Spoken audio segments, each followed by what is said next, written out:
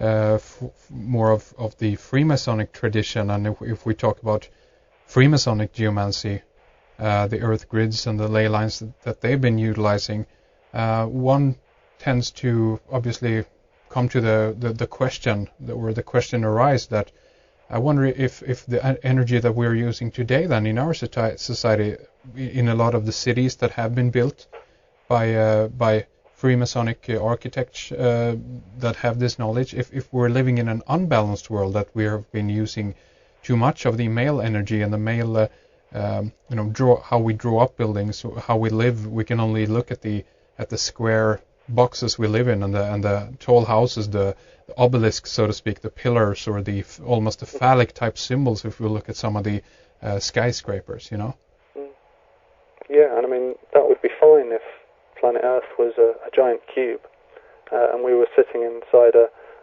galaxy which was a giant cube, but we're not. So obviously we're entraining a shape which isn't naturally resonant with our planet. I mean, we don't see any plants or animals growing in squares. No. It's quite simple. And even though it could seem like there's not much proof for this, I say take a second look and look at the psychology of man, look at the politics of man, look at all of the outward forms, something which we consider as external.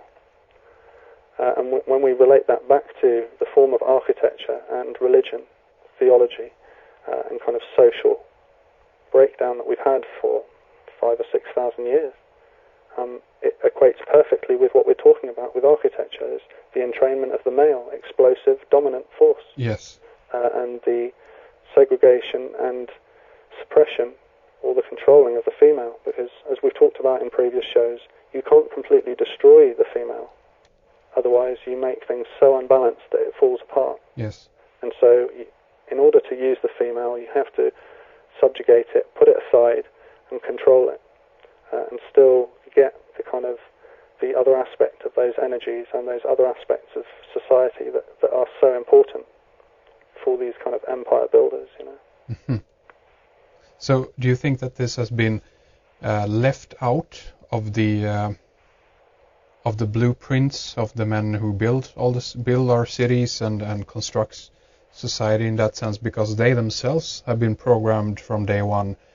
Or, I mean, you lay forth a pretty good case, so to speak, for that idea that in order to dominate, in order to control, in order to keep people in a mindset that is more outwardly and more explosive in that sense, if you will, that they've been using architecture in that sense, because the control of people and even the subsequent indoctrination of people are easier, because people are constantly surrounded by squares, straight lines, shapes, everything. The shapes are always rough edges, cut edges, so to speak. It's not flowing in that sense. No.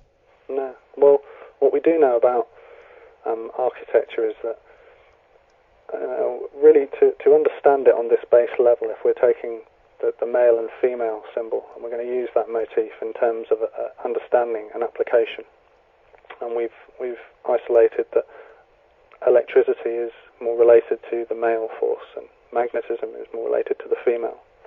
And again, in sacred symbolism, we have that a right angle and straight lines are male, and that arced angles and circular forms are female.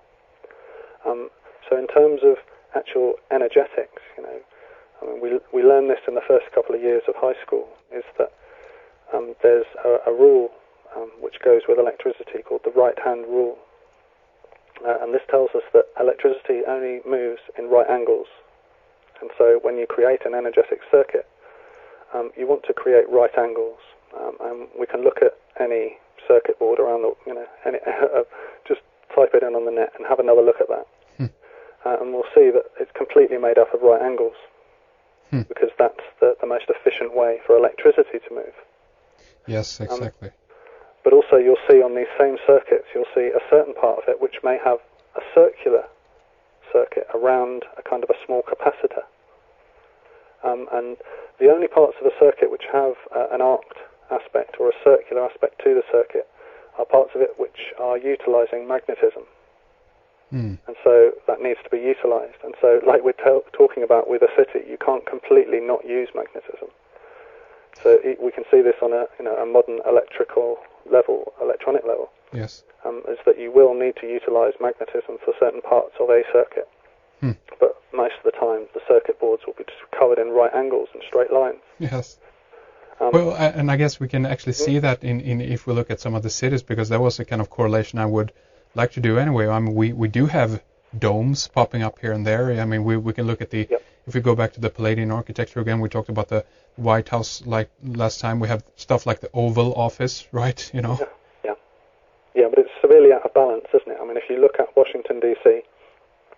And you look at it, and you try and keep out of your mind the pentagram, you know, you just try and just look at the city. Yeah. You'll see that America is one of the worst culprits for this, and obviously it's one of the newest cities. And Washington D.C. itself, even though it has the Oval Office and it has the kind of the arced aspect of the front of the White House and the House of Representatives and all these sort of things. It's like an electrical circuit. There are a few circular buildings, but the vast majority of all the roads, all the avenues, all the buildings, all the angles are all straight lines. Yes. The American cities are the perfect example of this. And that is very interesting because, again, we can go back to the historical reference and talk about the founding fathers as the Freemasons that they were in that sense, and the dream of building a new Atlantis. They went over there and had a chance to start from scratch, so to speak. And I can actually see that there is a very interesting correlation into regards to how America in the last,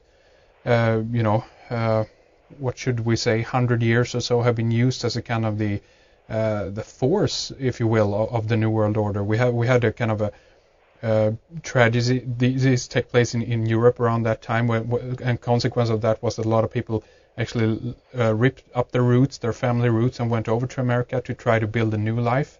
And I'm also wondering what that actually, what type of personality, so to speak, that they were seeking to build up this new world with. So there's a whole kind of connecting thread, so to speak, every from psychology up to the real actually building up the cities themselves in order to potentially, then I'm saying, creating a people with a specific mindset. Would you agree on that, Dan? Yeah. I mean, it's definitely the case, and it's to do again with, if we take the concept of empire being based upon war, and war being based upon your young men.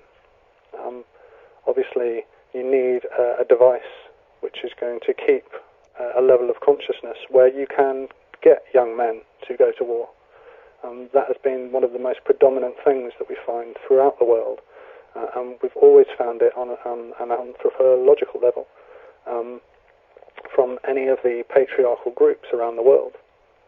There's a guy who's done a very, very good book on this called Zaharaja, who went all the way around kind of the more ancient parts of the world and kind of the tribal areas, and found out all of their history and found out which groups were matriarchal, which groups were patriarchal, and what points in their history they had been the opposite. Yes. And he found kind of, I think it's quite a big list, I think maybe 25 defining characteristics of a matriarchal and 25 of a patriarchal society. Right. And some of the main ones are genital mutilation, something which happens only in the male-dominated groups, and scarring, and ownership, slaves, and inequality, and war. And in the matriarchal groups, we always have equal between the sexes. We don't have the empire mentality. And so, we can see this on many different levels.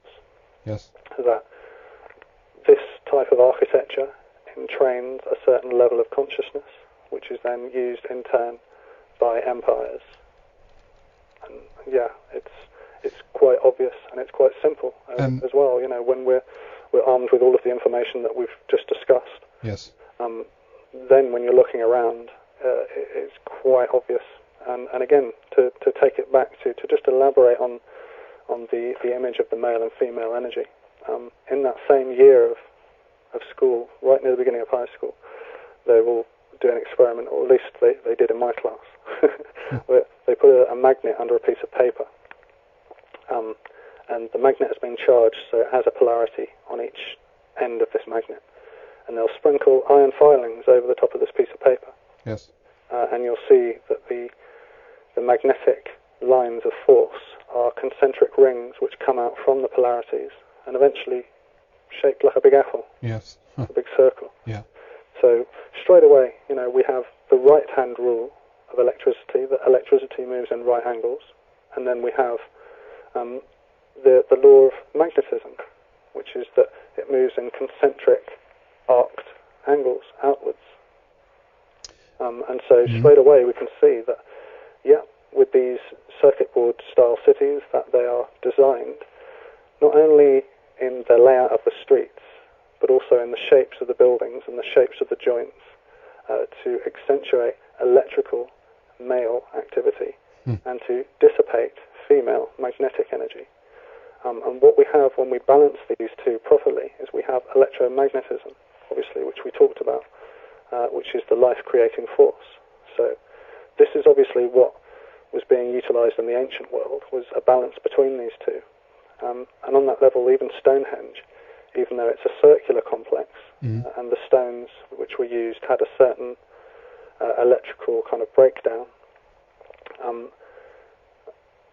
all of the stones that are in the circle are standing upright, aren't they? Yes, yes. So they're encouraging electrical energy, whilst at the same time encouraging magnetism and channeling the ley lines through the area, Yes. And when the ley line hits a temple or a structure, or, as we talked about before, an instrument, which is balanced and makes a good tone or a good frequency, then it accentuates that, and there's a dynamic relationship which is going on between that structure and the earth. So both we are affecting the earth, and the earth is affecting it. Yes. So this is a very simple science which has some very, very radical kind of knock-ons, and if we really start to accept this, I mean, Socrates was famous for saying that the unexamined life is unworth living. We really do have to examine every aspect of our lives, because we've been in the dark for so long. Yes. And so obviously people are starting to think about diet and starting to think about kind of where their head is at, where they're giving their focus and their time, where they're working, all of these different aspects which we're trying to have to re-look at, our physics, our spirituality. And a key part of this obviously is our environment. Yes. And once we understand this properly, we can connect it back with the other sciences. So it's not mutually exclusive. It needs the other sciences. And because we've had such a specialized world for a long time, everything has been separated. It's our job now, I feel, in recent times, to synthesize this material, bring it back together, and at the same point be analyzing all of the old ideas and throwing them out and replacing them with newer, better, more efficient ideas. Right, right.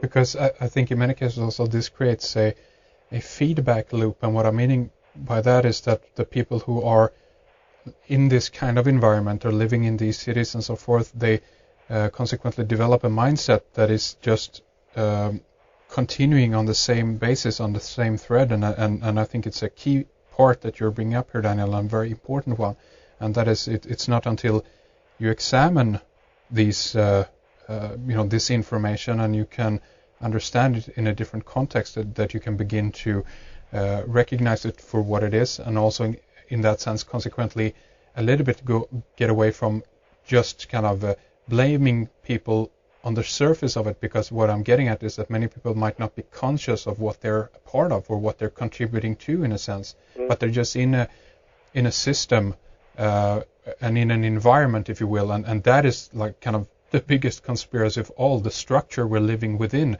and it's self-sustaining in a way, even if people fall off, from an agenda, so to speak. It's still it's continuing the mindset of that particular person.